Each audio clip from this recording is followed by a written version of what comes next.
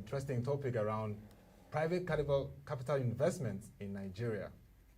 At this time, a lot of private capital is needed to really support our economic development as a nation.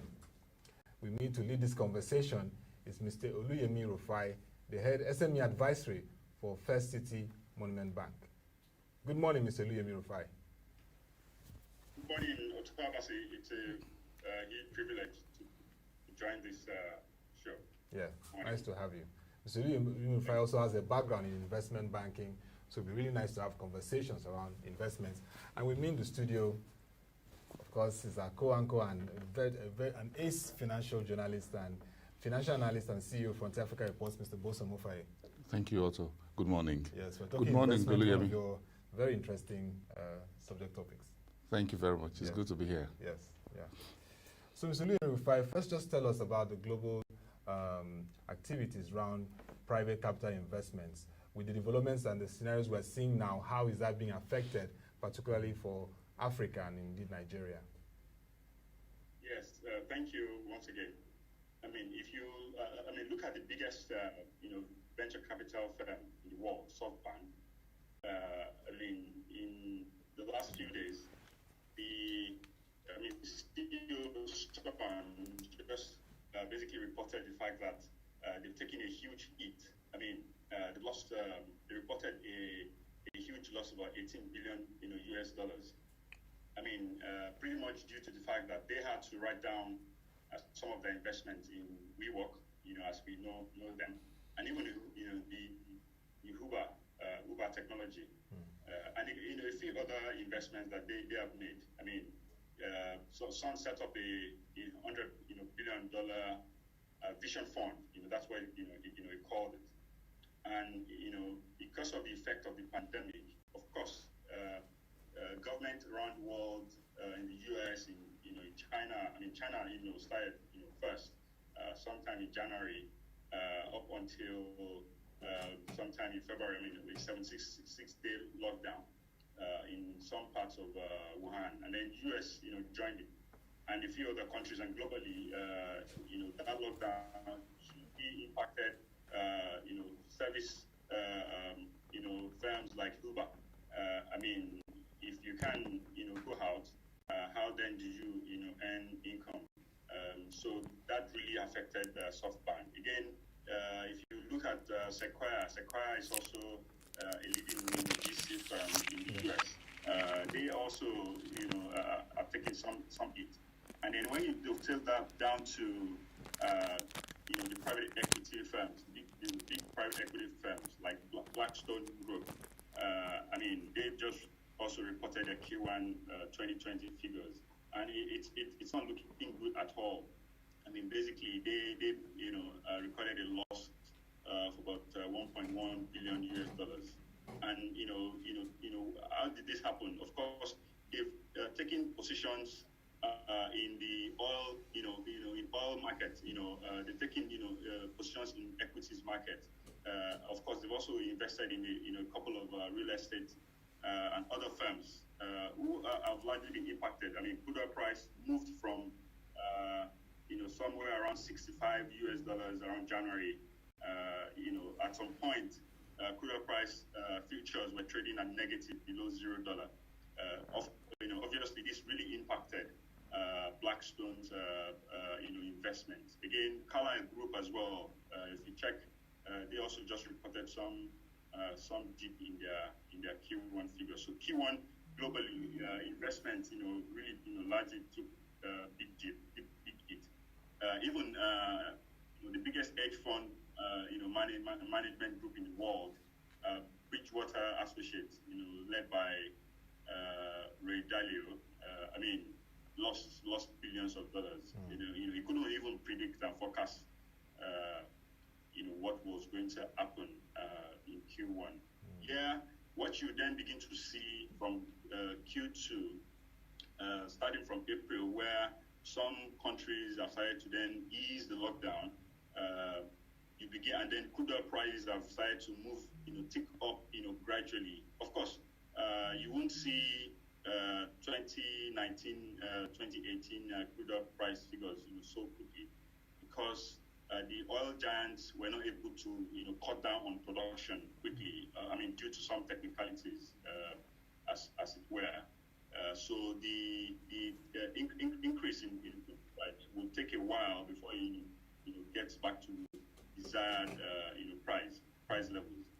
Having said that, what you see again is cash becomes very, very key. Cash is king. Cash has always been king. It can be more king than now when a lot of companies are really squeezed in terms of their liquidity.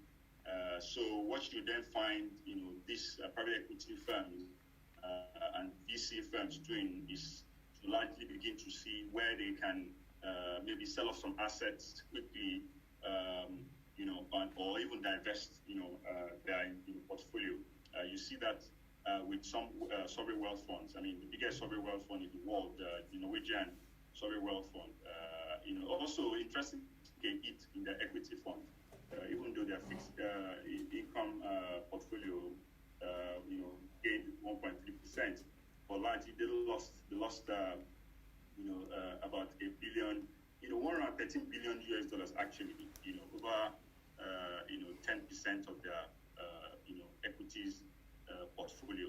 And so what you then see, if you check their strategy now, is to then begin to see how they can divest, sell some assets, have some cash flows so that they can meet up, with some of their, working capital needs. Again, you go to Saudi Arabia, you see the, Saudi wealth, sovereign wealth fund, the PIF, led by Yasir.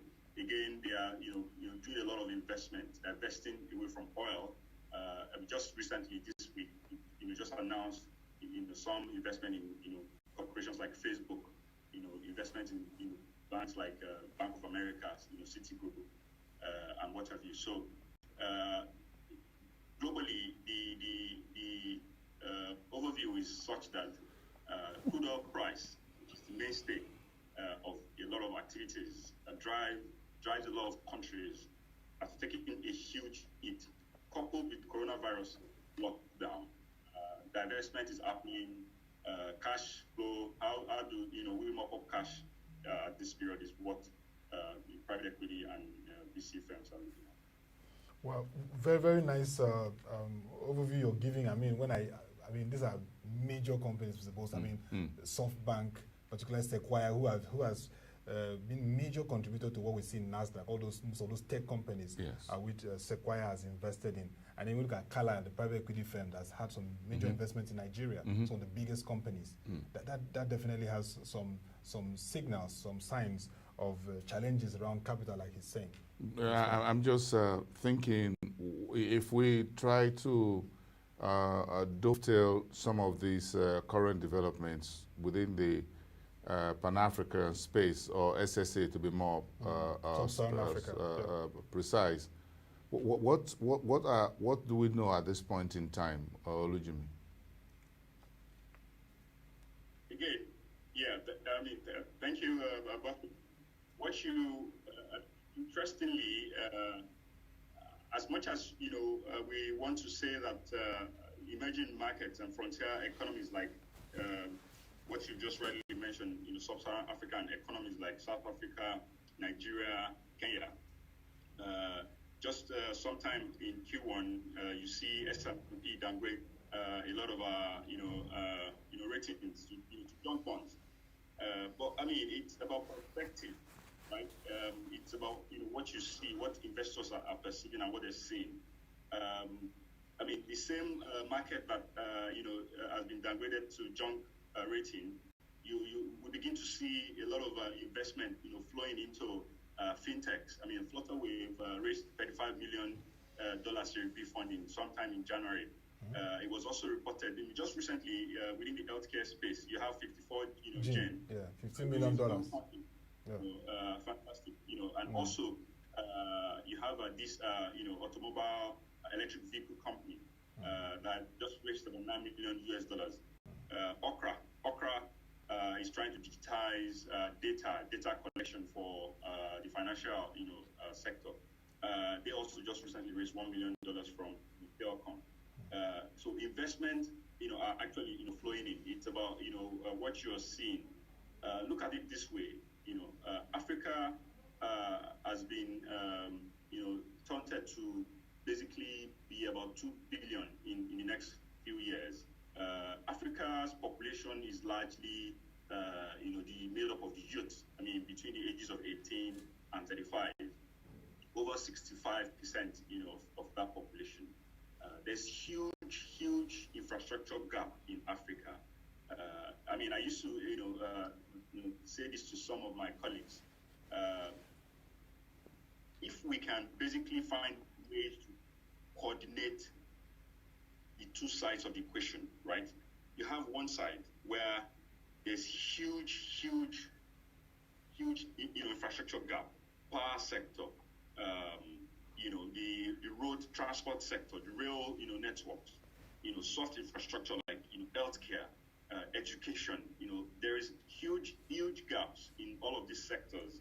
None of these sectors in Nigeria, for instance, has crashed up to, 30% or 35% of its capacity. Not even look at the telecoms that we celebrate in this part of the world.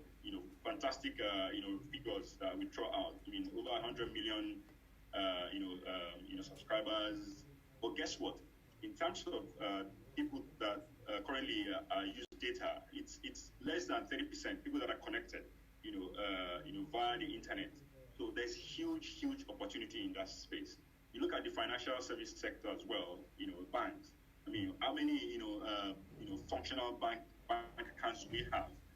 For a population of 200 million in Nigeria, you have just pretty much about 65 million accounts and counting. That tells you there's huge opportunity in that sector as well. Not to talk about the housing deficit, not to talk about the power gap that we have. We generate less than 5,000 megawatts when we need about 200,000 megawatts. Our healthcare system, it's in some shambles. It needs huge development. And so on one side you have the gaps, infrastructure gaps. On the other side you have the vibrant youth. You have the population that is made up of the youth largely. I mean, Asia is suffering from the age demographic. Our population is big. Japan today is looking out for how to kind of recruit the youth and attract youth from other countries by basically trying to do some form of immigration policy. But in Africa, in sub-Saharan Africa markets, we are blessed already with vibrant youth. I mean, all they need is for us to create that enabling environment. And when I say us, I don't mean just the political leaders. It builds on business leaders, political leaders, I mean, all of us together to come together and bridge these gaps. That's where opportunities are. It's not based on S&P rating or IMF rating. I mean, IMF just basically signed a $3.4 billion facility with Nigeria. So if Nigeria is not attractive, they wouldn't do that. Yeah. No. I mean, that shows that a lot has to be done in creating the enabler to attract more private capital in this time. It's really challenging, like you highlighted, for major venture capital and private equity firms. But let's look at the existing and what has been the extent challenges to really attracting private capital investment in Nigeria. What are your thoughts? Are those things that need to be addressed quickly in this period? It's time to reset things. In good times, we've seen a few private equity investments in a number of private firms, and some of them from companies listed on the exchange, on the securities exchange. But again, times are changing. So the point really is, will this pandemic change anything significantly? And would there be opportunities that you as a professional, you're sniffing around, for example, in the healthcare, in the pharmaceutical and a few other areas. Creative Yes, industry in is one area. research, in R&D. Yeah. Are there opportunities that you think the pandemic will throw up for those who have the deep pockets, the PEs and the VCs? Yes. So,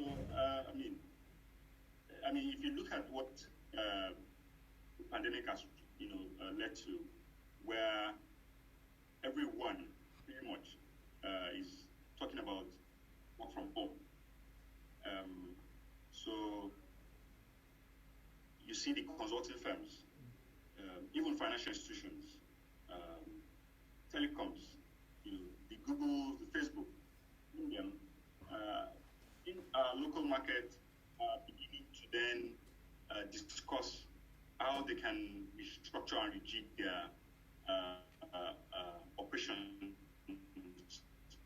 to the option of working from home.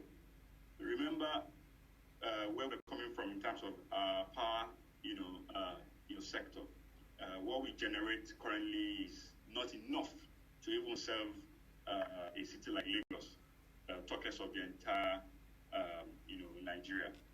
And so one key area of opportunity that shows up is quickly for organizations to be able to constantly adopt work from home as an alternative, to working from office, is how can they support their employees, and how can government support businesses to begin to adopt decentralized power solutions.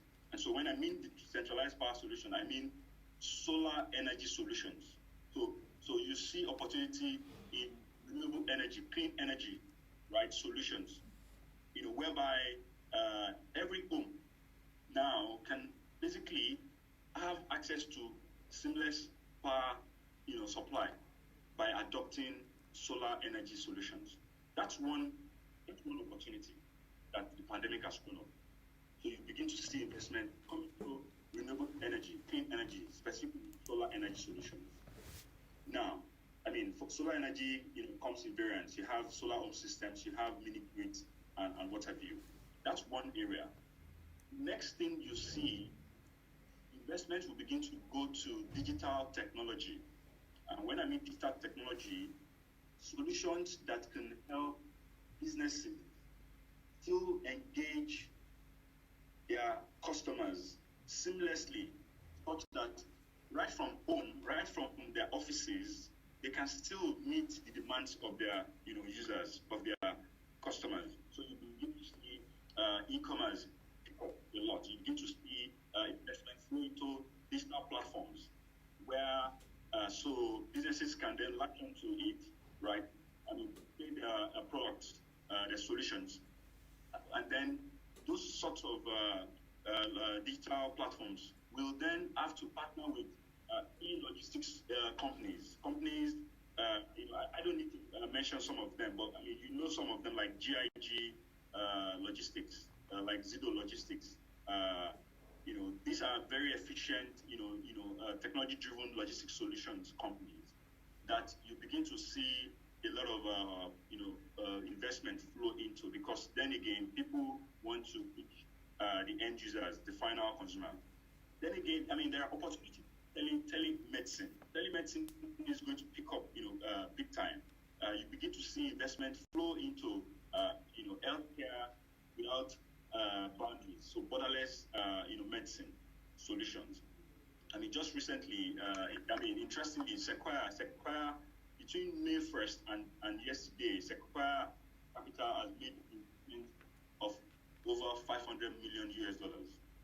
And when you check where those investments went into, there's basically e-commerce platforms. They're basically logistics platforms. They're basically digital platforms that help financial advisors to basically do business online. So that is where a lot of opportunities will flow into, and not to also forget fintechs. Fintechs, will continue to attract investment, especially payment, solution companies will continue to attract investment. That's some of the areas, or those are some of the areas where we begin to see a lot of investment flow to. Oh, that definitely means that the regulatory space in the financial markets and then some of the industries will be very critical to allowing this private capital investment to come in. No, because that is again. So if we have enough, we have some regulations on ground for private equities and venture capitals. But again, those guys, the folks who want to do crowdfunding, will still be able to do it as well. Yeah. But again, moving forward, Oluyemi, what does it mean, therefore, for those of you or your colleagues or professionals who are in the brick and mortar banking services industry? Yeah, so I mean, for me personally, what we are going to be seeing that the pandemic has thrown up will be what I term as creatively destructive solutions. And so every time new ideas, new issues come up, the market is thrown, haywire. You see people talking about job losses, right? But, for me, I'm seeing job opportunities. I'm seeing, from those challenges that the pandemic has thrown up, there are going to be new jobs that will emerge. And so what people then need to begin to do is to, begin to shift their mindset, begin to shift their focus and shift their skill set to embrace opportunities, new opportunities that will be created. And remember the days of ATM, when ATMs were going to come into the industry, people were running helter-skelter, ATMs are going to take off their jobs. But guess what? ATMs, coming in meant that you needed to have an ATM custodian. You needed to have people that would begin to resolve ATM dispense error issues. And so, as old jobs, basically give way for newer types of jobs. And so, people, needed to then begin to embrace new opportunities. So that's what this pandemic, is going to throw, and work from home opportunities. Working from home means that, like we mentioned just now, a lot of investment opportunities will begin to flow into e-commerce, into digital, platforms, into logistics, into artificial intelligence. LinkedIn, just threw up a top 20, skill set that employers will be looking out for in 2020. And, they are basically, in terms of the technical skills, you have the AI, blockchain technology, digital technology skill set. So people will need to, basically remove the old skills and embrace newer skills. So that's the message from me. Yeah, you talk about that LinkedIn skills. You also mentioned LinkedIn also mentioned video production will be in hot demand. Yeah, so our colleagues like the Froster that will be hot cake. No. It's the digital world goes with that. Digital world goes with the yes with ancillary industry professions and skills. But I think it's a brand new world. Yeah. That's my final take on this. It's a brand new world. Private equity, money will always find good ideas, innovative, creative ways of doing things, and those who are creative. Yeah. And I agree with you totally, Olujimi. It's not just folks talk about just job losses, and we all got scared with the ATM, thinking that all banks will collapse. But today you find out that look at the population of folks going to the ATMs. Everywhere. That means that those machines are being used and sometimes overused. So someone has to service them, they break down, the panels need to be taken care of. Now with the pandemic, they need to be wiped out. You need to keep feeding it. You need the support for energy to keep them running.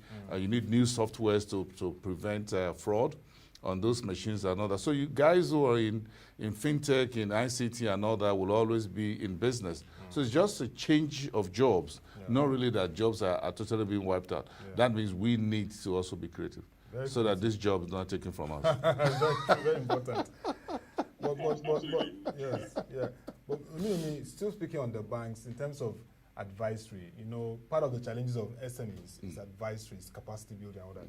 So how is it going in that space as we begin to wind down? How is your advisory helping SMEs to begin to align with these new realities of skills, services that will really be shaped by what is happening globally?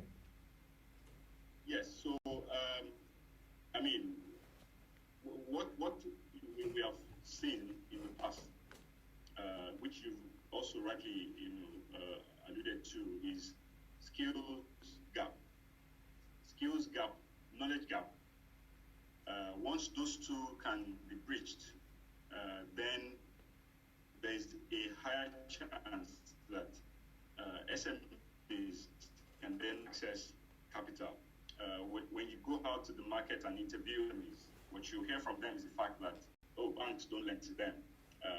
That perception, we are gradually beginning to change that perception.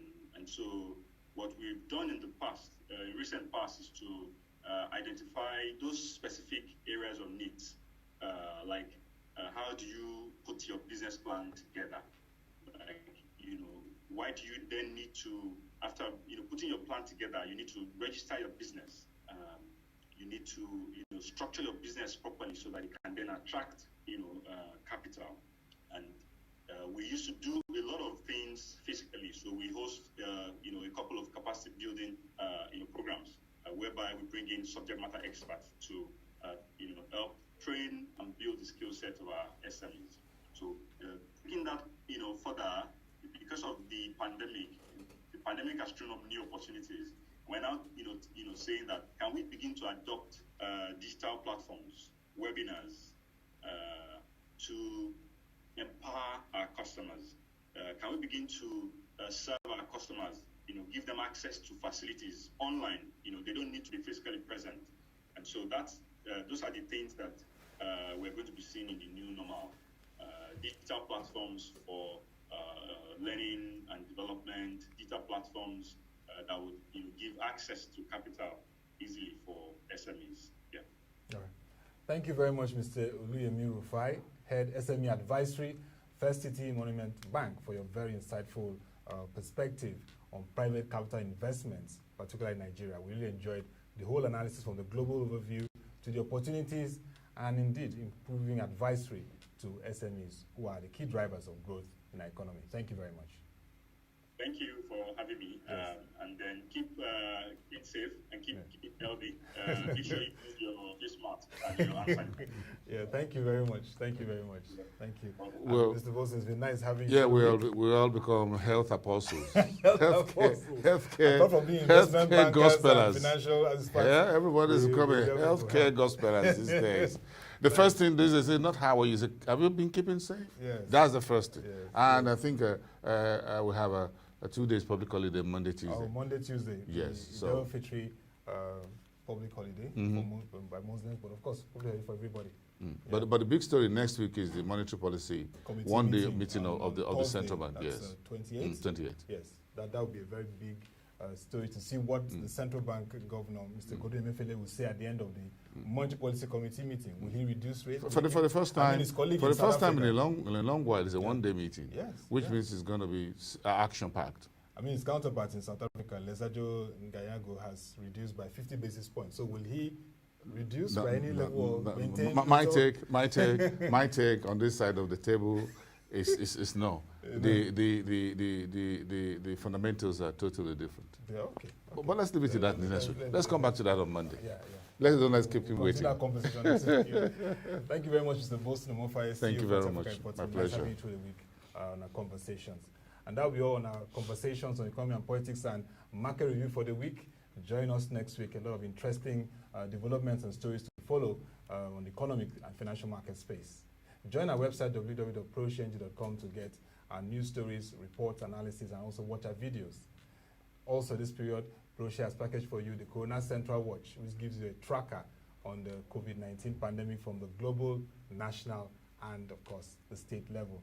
And also, if you're looking at effective debt management, analysis, and of course, the issues around debt recovery, it's a game changer in the financial markets. The Debtors Africa platform is there for you.